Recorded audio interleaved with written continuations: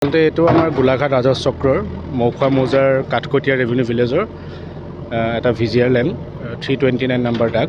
এই ভিজিআৰ লেণ্ডত আমাৰ প্ৰায় 10 ঘৰ মানুহে এনক্ৰচমেণ্ট কৰি ঘৰ বাৰী বনাই আছিলে আৰু সেই জেগাতে আমাৰ এভিকশ্যন চলিছে আজি। তেখেতসকলক আমাৰ আইনীমতে যিখিনি নটিচ দিব লাগে সম্পূৰ্ণ নটিচ দিয়াৰ পিছত সময় দিয়াৰ পিছত সেই সময় পাৰ হোৱাৰ পিছত আমি আজি এভিকশ্যন কৰিছোঁ। নাই চৰকাৰী মাটিত চৰকাৰী মাটি মানে কি, এইটো আচলতে এটা ভিজিআৰ মাটি। চৰকাৰী মাটিৰ বিভিন্ন ভাগ থাকে, চৰকাৰী খাছ মাটি থাকে, ভিজিআৰ থাকে, বেলেগ ৰিজাৰ্ভেশ্যন থাকে। এইটো ভিজিআৰ মাটি। ভিজিআৰ মাটি তেনেকুৱা একো হ'ব নোৱাৰে। যদি কিবা হোৱা বুলি আপুনি হেৰি কৰিছে, আমি চাম বাৰু যদি কিবা চৰকাৰী ঘৰ এটা দিয়া দেখা গৈছে। নাই, আমাৰ নলেজত থকা মতে চৰকাৰী ঘৰ নহয় এইটো, আৰু চৰকাৰী ঘৰ যদি হয় বুলি আপুনি কৈছে আমি বস্তুটো চাম বাৰু। ভিজিআৰ মাটিত একচুৱেলি দিব নোৱাৰে এইটো। 10 ঘৰ মানে 10 ঘৰ মানে একচুৱেলি ভিজিআৰ মাটিত কোনো মালিকী স্বত্ব নাথাকে, আৰু চৰকাৰৰ ভিজিআৰ মাটি বিভিন্ন ক্ষেত্ৰত ব্যৱহাৰ কৰাৰ ক্ষেত্ৰত নিয়ম নীতি আছে। আমাৰ সুপ্ৰিম কোৰ্টৰ ষ্ট্ৰিক্ট ডাইৰেকশ্যন আছে, চৰকাৰৰ ডাইৰেকশ্যন আছে। আমি সেইমতে এভিকশ্যন কৰিছোঁ, আৰু তেনেকুৱা যদি কিবা আছে আমি নিশ্চয় চাম। আমি আপোনাৰ সুৰেণ শইকীয়াৰ পৰা কিনিছিলোঁ 2,40,000 টকা। এতিয়া কি হ'ব আৰু এতিয়া কি কৰিম চাওক, মোৰ মানুহজনো নাইকিয়া। বিশেষকৈ মোৰ মানুহজনে আপোনাৰ মানে সৰু সুৰা কিবা এটা কাম কৰে। আজি 3 দিন হ'ল যোৱা, তেওঁ গমো নাপায় যে মোৰ মানে এইখন হ'ল বুলি।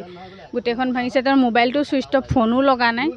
মোৰ ল'ৰা দুটা অকণমানি ল'ৰা পঢ়ি আছে। এতিয়া মই সেই লোকৰ মানুহ চানুহ লৈ আহি পেলাই আৰু যেনে তেনে কষ্ট মষ্ট কৰি ভাঙি নিছোঁ।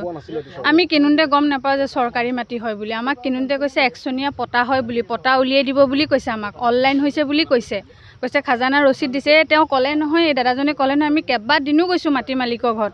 2 মাহ এমাহ পিছে খবৰ কৰিছোঁ। কৈছে যে আমি দিম বুলি, হেৰি কৰিম, আপোনালোকে চিন্তা নকৰিব। এতিয়া চাওক, এনেকুৱা অৱস্থাত আমাৰ এটা খবৰটো ল'বলৈ কাৰণে অহা নাই যে মানুহখিনি কি কৰিছে কি নাই কৰা। নাই, সিহঁতৰ কোনো খাই খবৰে নাই। লগত স্বামীমো আছিলে, আকৌ গাঁওবুঢ়াও আছে চহী। এই ভাঙি আছে। এতিয়া আপোনাৰ সেই গোটেই ঠগিয়ে কি আছিলে, সুৰেণ শইকীয়া 3 লাখ টকা ডেৰ কথা। চৰকাৰী মাটি হয়, আমাক একচনীয়া মাটি বুলি কৈ পিনি বিকিছে। তাৰপিছত আমি সোধপোছ কৰি ল'লোঁ, স্বামীমদাকো সোধপোছ কৰি ল'ব পাৰিবা বোলে, ধুনীয়া মাটি বোলে লৈ লোৱা বোলে, একচনীয়া মাটি হয় বোলে। তাৰপিছত আকৌ গাঁওবুঢ়ায়ো কৈছে ল'ব পাৰিব বোলে। এতিয়া গাঁওবুঢ়ায়ো খবৰ এটা নাই কৰা। তেখেতো আহিছে, তেখেতৰ চহীও আছে ৱাহিদা কাগজত। গাঁওবুঢ়াৰ নাম কি? বীৰেণ কলিতা। পইচা লোৱা নাই, যদি মালিকৰ পৰা লৈছে সেইটো আমি গম নাপাওঁ, কিন্তু আমাৰ পৰা নাই লোৱা। দেখুৱাইছিলে স্বামীমে দেখুৱাই পিনি, স্বামীম ইয়াত যেন থাকে মইনাপাৰত। স্বামীম মানে এনেই তাক ইণ্টাৰেষ্ট আহমেদ বুলি কয়। তেওঁ মানে মাটি দেখাই পিনি ইয়াত কি কয় এইটো মাটি বিকিছে, পটা মাটি কৈ পিনি বিকিছে। একচনীয়া মাটি পটা, একচনীয়া পটা বুলি কৈ পিনি বিকিছে। বিকি পিনি সি আমাৰ পৰা 20,000 টকাও লৈছে। তেওঁ কি হয় আমি নাজানো।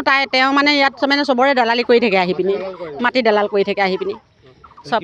সিয়ে ক'লে, কৈ পিনি লাষ্টত সিয়ে মিয়া লিংক বনালে। আকৌ মাটিবিলাক বোলে আমাৰ পৰা খেদি পিনি আকৌ সি দখল কৰি আকৌ বিকিম বুলি তাৰমানে সেই তেনেকুৱা কৰি আছে। আগতো তেনেকৈ 2 ঘৰ মানুহকো কৰিলে। তেওঁ ল'লে 20,000, আৰু হেৰি কি কয় মাটি মালিকে লৈছে 3 লাখকৈ লৈছে। তেল মানে এতিয়া এওঁলোকে হেৰি ঘৰ আছে, 13 ঘৰ আছে। 13 ঘৰৰ মানে ঘৰ বনাই আছোঁ। তাৰপৰা বিকা মানুহবোৰ যিবিলাকে ঘৰ বনাই নাই সেইবিলাক তেনেকৈ আছে।